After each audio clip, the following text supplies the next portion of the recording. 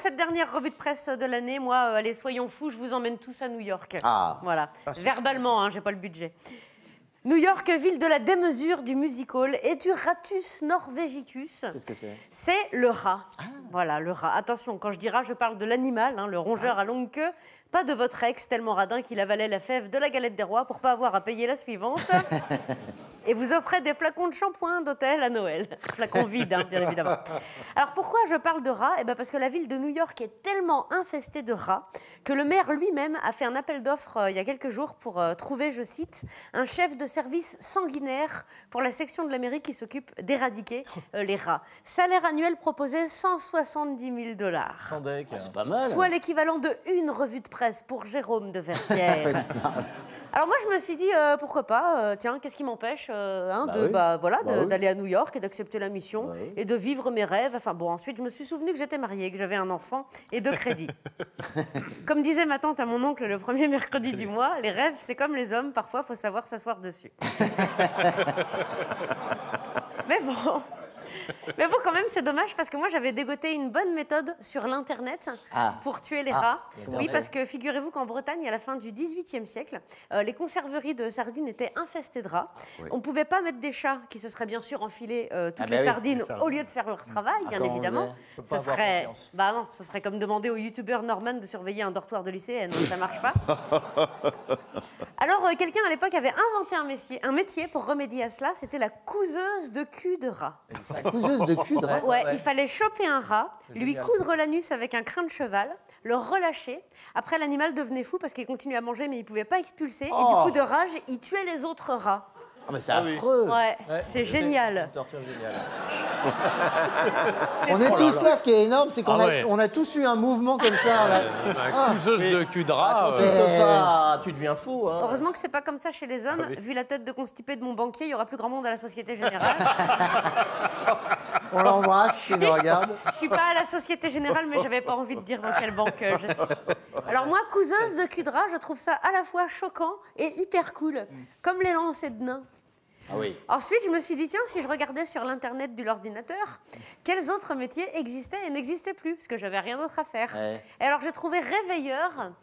Il fut un temps où les réveils n'existaient pas. Il y avait déjà des enfants qui servent aussi à réveiller les gens le matin. Ça marche bien. Mais pour ceux qu'on n'avait pas, alors ils pouvaient faire appel à un réveilleur. C'était un mec qui, à l'aide d'un long bâton ou de cailloux, venait frapper à votre fenêtre pour vous réveiller, réveillant ainsi la totalité de l'immeuble, hein, à mon avis. Alors déjà, moi, je me demande comment il faisait pour se réveiller, lui. Est-ce qu'il y avait des réveilleurs de réveilleurs? Et eux-mêmes, comment ils faisaient pour se réveiller? Étaient-ils réveillés par des réveilleurs? Comme disait ma tante à mon oncle, oh là, ça n'en finit jamais. Ça se mord la queue, disait-elle aussi. Ce à quoi elle répondait, on parle pas la bouche pleine. Voilà. Et alors... Festival.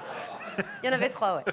Et alors, deuxièmement, vu la tendresse que j'ai moi-même pour mon réveil tous les matins, je me dis que ça devait pas être foufou d'être réveilleur et de passer sa journée à entendre « C'est bon, je me lève, ça va ?» Ah, je t'ai entendu. Pardon. Comme métier, il y avait aussi ange gardien, qui n'existe plus.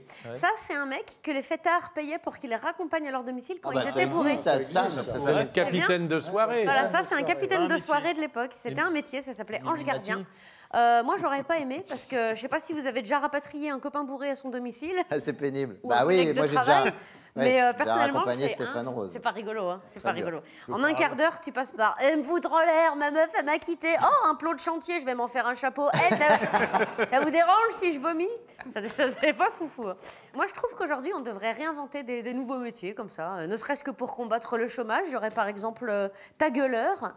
Ce serait quelqu'un que tu pourrais appeler pour faire fermer sa bouche au groupe de gros teubés qui parlent hyper fort et font des vroom vroom de scooter volés en bas de ton immeuble à 3h du matin, comme des veaux. Le mec, il arriverait, bonsoir messieurs, grosse mandale dans leur tête et bisous. Bonne fête de fin d'année, ça serait bien. Ça soulagerait tout le monde. Bowliste, ce serait un mec qui serait payé pour vivre à la Baule et se balader sur la corniche avec un pull noué sur les épaules. Ça expliquerait pourquoi à la Baule, il y a toujours des mecs qui se baladent sur la corniche avec des pulls noués sur les épaules. On les paye pas. Hein. Ah, ils sont pas payés, voilà.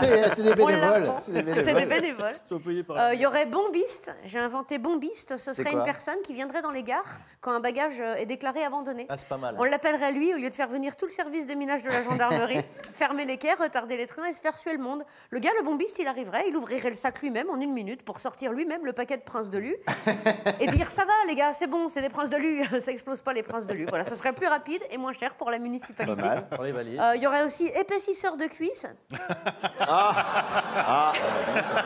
Oh, j'en ai marre. Oh, mais pas Il y a un vous, problème, vous il y êtes... a un problème. Il y a un sujet. Mais même maintenant, les invités, non, sinon... Voilà, on est au C'est courant. arrivé à la boule. C'est arrivé jusqu'à la boule. À la boule, on en parle. Quoi, C'est la qu'est-ce- dernière de l'année. Hein. Ce serait quelqu'un qui aurait le pouvoir d'épaissir les cuisses des gens qui ont les cuisses maigres, voilà.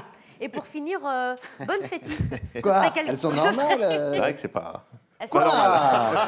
Oh, mais c'est pas possible. Et il a l'habitude des crevettes. T'es cycliste? Faites du sport. Et pour finir, bonne fêtiste, ce serait quelqu'un qui souhaiterait que tout le monde ici passe des bonnes fêtes de fin d'année, comme je vous le souhaite moi-même. Bonne année à tous. Oh, bravo, Elodie.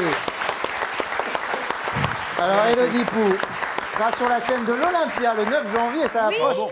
Avec le syndrome du... C'est les dernières représentations. Les 3 le syndrome dernières, du Playmobil. Rennes le 10 janvier et le Zénith de Nantes le 11 janvier. Et puis le syndrome du papillon, ça c'est le début du nouveau spectacle, du 19 janvier au 1er avril à l'Européen à Paris.